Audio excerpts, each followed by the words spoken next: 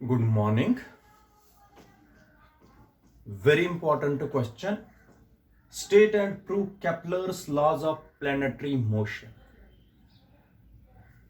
Kepler gave three laws regarding planetary motion, which we called as Kepler's laws of planetary motion. These laws, first of all, I will give the statement of these three laws, then we will give proof. First of all, Kepler's first law. Kepler's first law. Kepler's first law को बोलते हैं और law of orbits भी बोलते हैं इसको, law of orbits. ठीक है बेटा, देख लीजिए Kepler's first law. Kepler's first law states that each planet, पहले मैं आपको थोड़ा सा बताता हूं, इसको एलिप्टिकल ऑर्बिट बोलते हैं, इसको एलिप्स भी बोलते हैं। एलिप्स में दो एक्सिस होती है। This axis is called the major axis and the second axis we have, it's called the minor axis. Minor axis. ठीक है बेटा, it has two focus. One focus is here, F1, and second focus is there, F2. According to Kepler, sun is situated at one of the focus. यहां पर सन है, चाहे आप यहां पर दिखा सकते हो या यहां पर। ये एलिप्टिकल ऑर्बिट है। और एक चीज आप लोगों को मैं बताता हूं, according to Kepler's first law, अगर ये प्लैनेट है, this is planet which is revolving around the sun, but इधर देख लीजिए, ये वाली, ये जो डिस्टेंस है, और जब प्लैनेट यहां पहुंचेगा, ये वाली डिस्टेंस इधर से चल के ए और यहां पर बी है, जब यहां पहुंचेगा, इधर देख लीजिए, समझ लीजिए,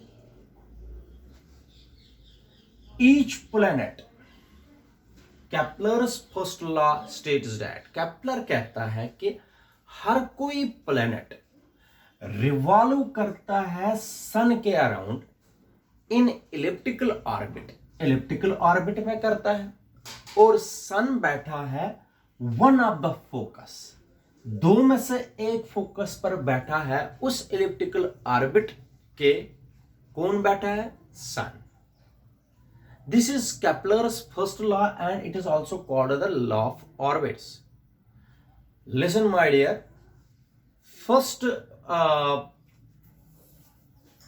law of planetary motion, Kepler's first law of planetary motion states that each planet revolves around the sun in elliptical orbit, with the sun being situated at one of the foci of that elliptical orbit. Every planet is revolving around the sun in elliptical orbit and the sun is being situated at one of the focus.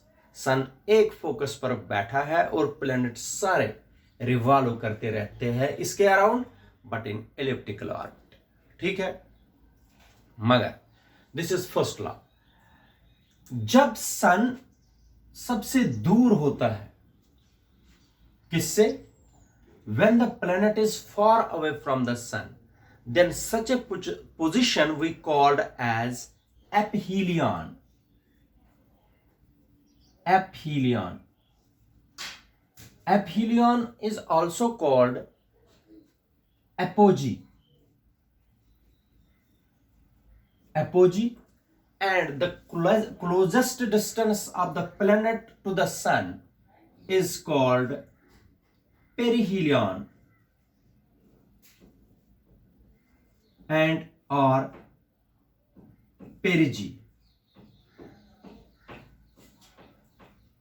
जब planet सबसे दूर होता है सन से तो उस position को हम बोलते हैं एपीलियन और apogee, and when the planet is close to the sun this position we called as perihelion or perigee. Again, Kepler's first law. Kepler's first law states that each planet in the solar system revolves around the sun in an elliptical orbit, with the sun being situated at one of the foci of that elliptical orbit. ठीक है बेटा? This is Kepler's first law. Now the Kepler's second law, which is also called the law of areas. Law of areas. ठीक है, समझ लीजिए इस question को, देख लीजिए. Kepler's second law is also called the law of areas. अगर एक प्लेनेट की पोजीशन A है, ठीक है बेटा, और A से B तक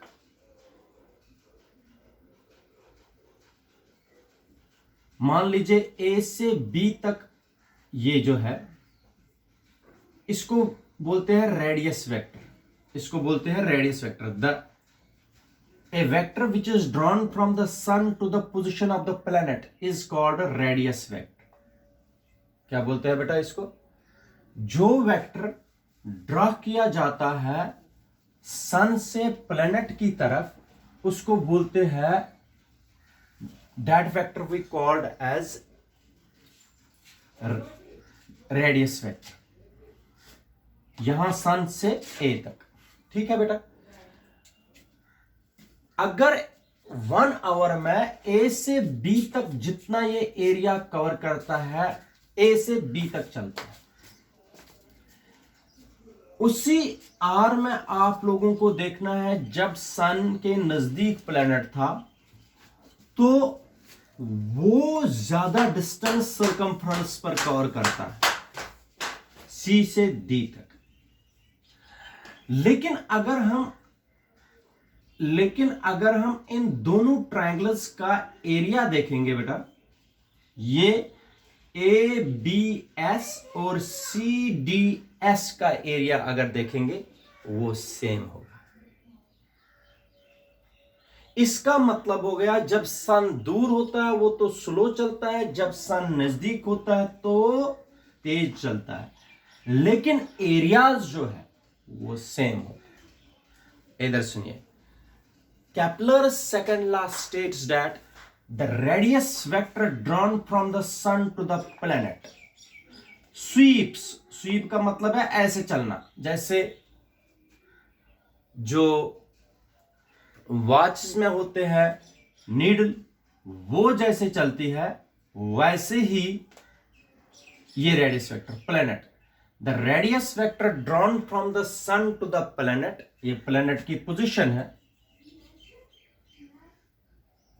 sweeps equal areas. sweeps equal areas. इसका area equal areas in equal intervals of time. अगर एक प्लेनेट ने एक आर में इतना एरिया कवर किया, ASB ट्रायंगल से रिप्रेजेंटेशन देते हैं, एक आर में इतना ही एरिया कवर करेगा जरूर. इसका मतलब हो गया जब सन दूर होता है तो स्लो चलेगा, जब सन पास होता है तो तेज चलेगा, ताकि एरिया जो है वो इक्वल कवर करे. This is law, Kepler's second law. What is Kepler's second law? Kepler's second law states that the radius vector drawn from the sun to the planet sweeps. sweep का मतलब हो गया ऐसे चलना. sweeps equal areas in equal intervals of time. Or in other words, the aerial velocity, वो मैं अभी बताऊंगा, the aerial velocity of a planet, the aerial velocity of a planet always remains constant. What is aerial velocity? Aerial velocity is defined as the change in area with respect to time. Change in area with respect to time is called aerial velocity. Aerial velocity is denoted by dA upon dt. What is aerial velocity? The change in area with respect to time is called aerial velocity, and aerial velocity is represented by dA upon dt. Shabash beta. What is aerial velocity? The change in area with respect to time is called aerial velocity. So second definition of Kepler's second law is the aerial velocity of a planet always remains constant. Again statement जो मैं आपको पढ़ा रहा हूं Kepler's second law का, वो सुनिए. Kepler's second law states that the radius vector drawn from the sun to the planet sweeps equal areas in equal intervals of time. जितना एक आवर में ये एरिया यहां पर कवर करेगा उतना ही एरिया यहां पर कवर करेगा. The radius vector drawn from the sun to the planet sweeps equal areas in equal intervals of time, or the aerial velocity of a planet remains always constant. ठीक है बेटा, this is Kepler's second law. Now Kepler's second law का proof भी है बेटा, वो पहले समझाता हूं. Proof of Kepler's second law. Proof of Kepler's second law. ठीक है, अच्छी तरीके से समझ लीजिए. इधर सुनिए.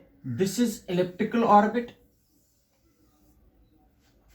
और सबको पता है ये मेजर एक्सिस होती है.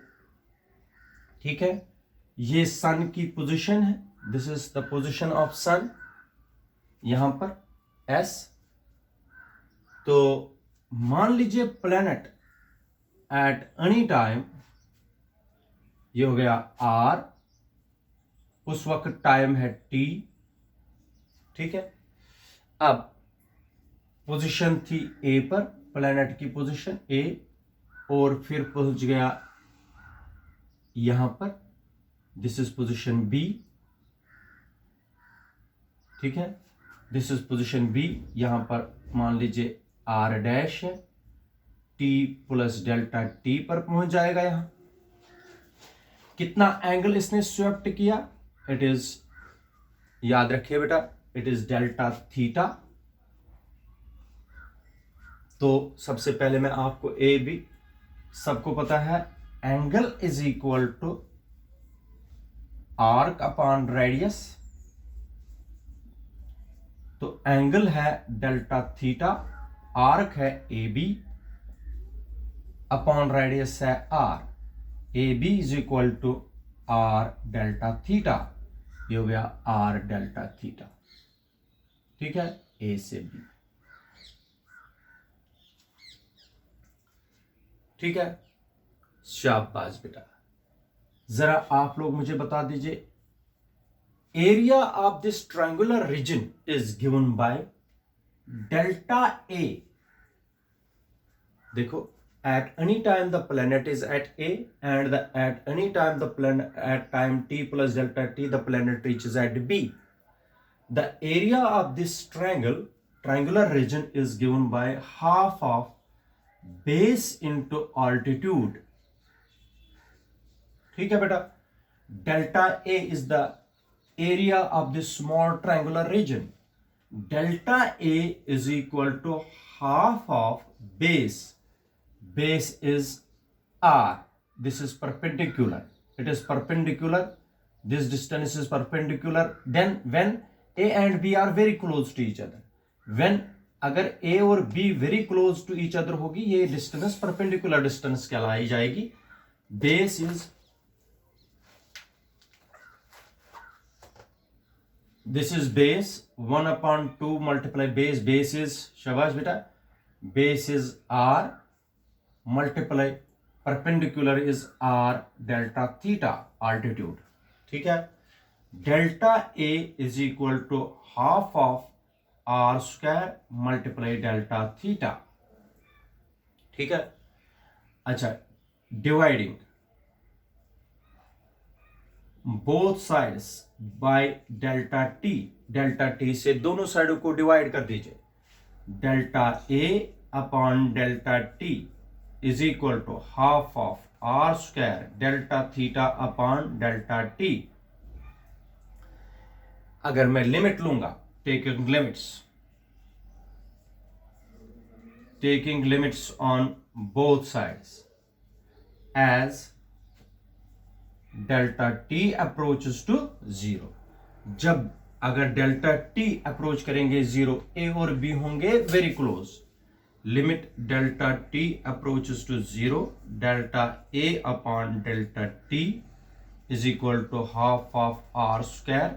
Limit delta T approaches to zero, delta theta upon delta T, ठीक है। जब limit delta T approaches to zero, this becomes D A upon D T.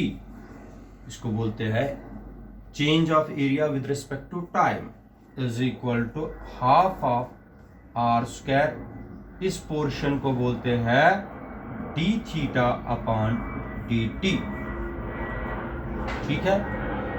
यहां तक ठीक है बेटा। अच्छा, D theta change in angular velocity, angular displacement upon time. D theta upon D T होता है ओमेगा, हो गया D A upon D T is equal to half of R square into omega, क्योंकि D theta upon D T is omega, ठीक है बेटा। It is omega angular velocity. आप सबको पता है, थोड़ा सा याद दिलाता हूं मैं आपको। We know moment of inertia L is equal to I omega, ये सबको पता है। आई होता है बराबर M R square into omega. Omega is equal to L upon M R square, ठीक है।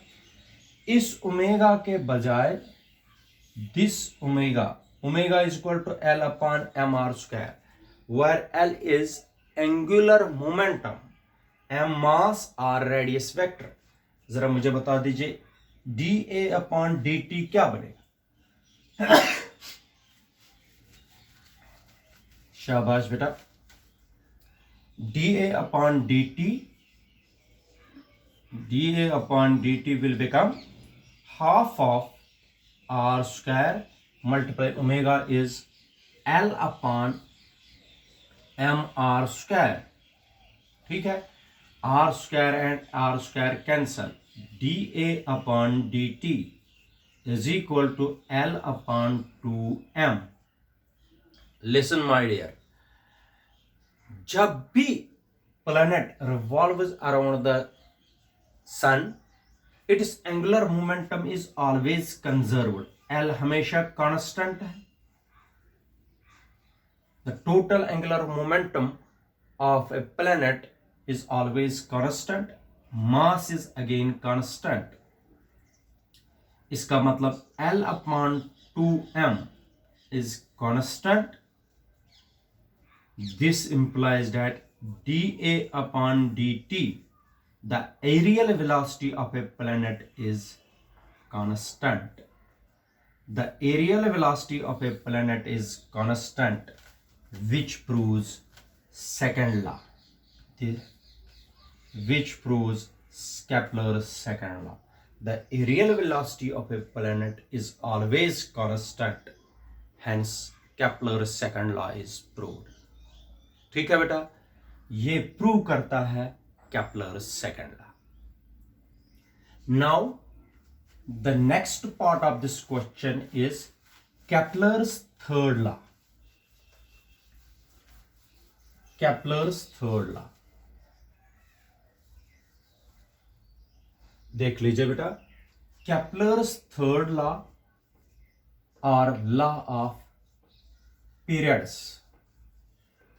Kepler's third law or law of periods.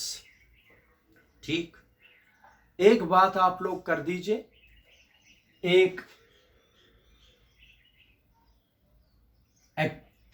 एक अगर हम या इसके बाद में प्रूफ में बताता हूं। देखो क्या है, Kepler's third law or law of periods states that the square of the time period of revolution of a planet around the sun is directly proportional to cube of semi-major axis. Semi-major axis आप सबको पता है, अगर ये major axis है, इसकी आधी axis को बोलते हैं semi major axis. This is semi major axis. Semi major axis O से ए तक, ये डिस्टेंस जो है it is called semi major axis. देखो क्या है बेटा, अगर ये प्लैनेट है, अगर प्लैनेट के टाइम पीरियड को स्क्वायर करेंगे, square of the time period of revolution of a planet, एक चक्कर लगाने में जितना टाइम लगता है उसका अगर स्क्वायर करेंगे, the square of the time period of revolution of a planet is directly proportional to the cube of. इस सेमी मेजर एक्सिस को जब हम क्यूब करेंगे तो ये जरूर बराबर होगा, the square of the time period of revolution of a planet is directly proportional to cube of semi major axis. याद रखना, सेमी मेजर एक्सिस आपको मैंने बताया, मेजर एक्सिस के हाफ को बोलते हैं semi major axis. It is denoted by are.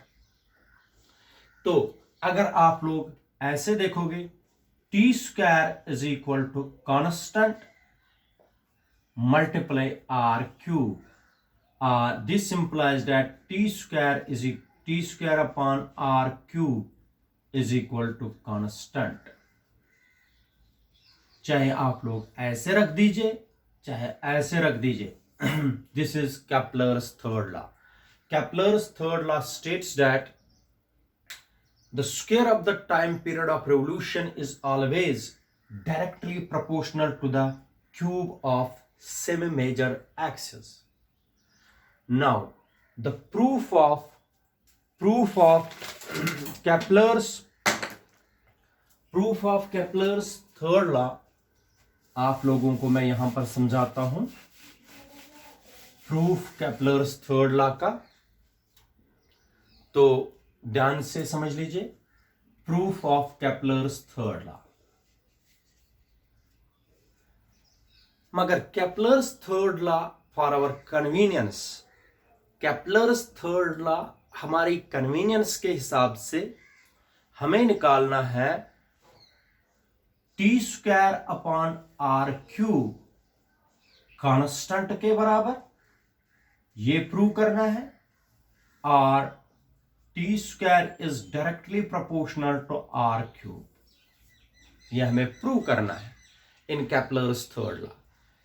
मगर एक चीज आप लोग ध्यान से सुनिए, जो Kepler's laws of planetary motion में जो Kepler's थर्ड लॉ है, for our convenience we consider that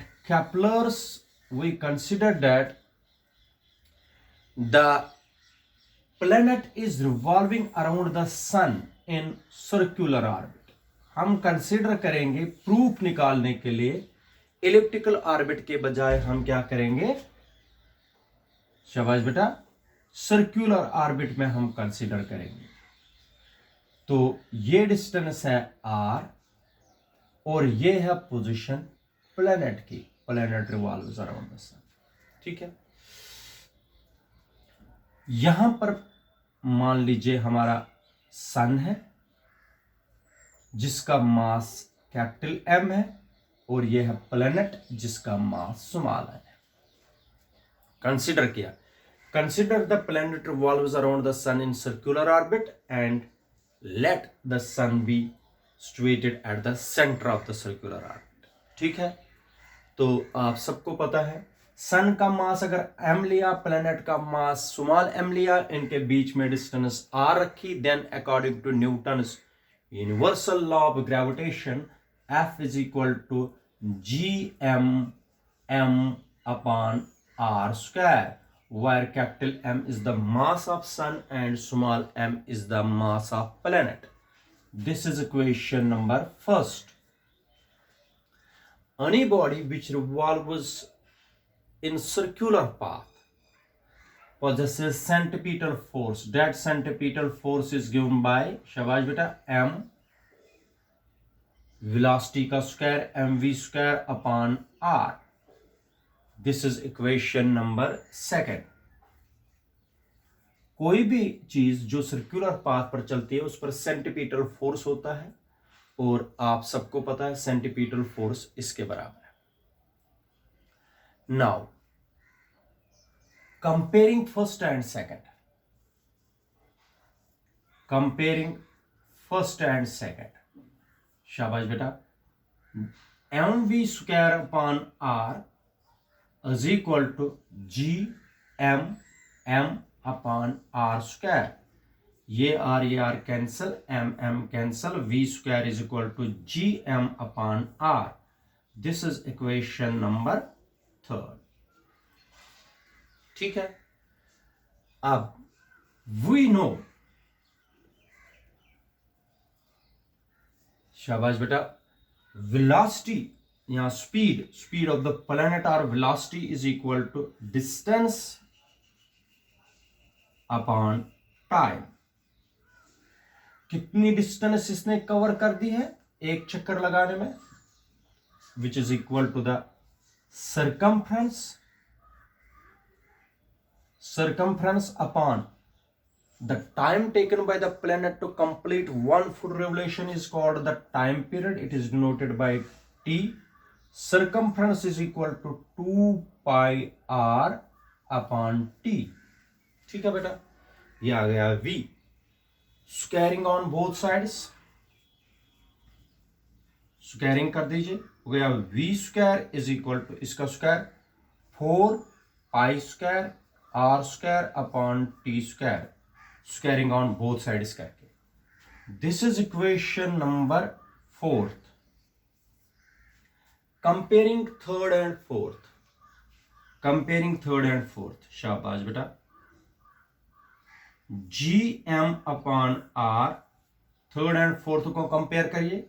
ji M upon R is equal to 4 pi square R square upon T square. ठीक है, कुछ कैंसिल होगा कि नहीं, इधर देख लीजिए, टी स्क्वायर को इधर ले लीजिए, आर को इधर ले लीजिए, हो गया T square is equal to 4 pi square upon G M, ये नीचे लाया, ये ऐसे रखा, इंटू आर क्यूब. ठीक है, ये 4 pi G M all are constants, ये सारे कॉन्स्टेंट्स हैं. This implies that T square is equal to constant multiply R cube. This implies that T square is directly proportional to R cube. This is Kepler's third law of planetary motion. Hence, Kepler's third law is proved. ये है Kepler का third law जो हमने prove कर दिया. किससे बेटा, शाबाश, किससे? Kepler's third law is proved by using the Newton's universal law of gravitation and centripetal force. This is all about state and prove Kepler's laws of planetary motion. Thank you. Have a good day. Very important question.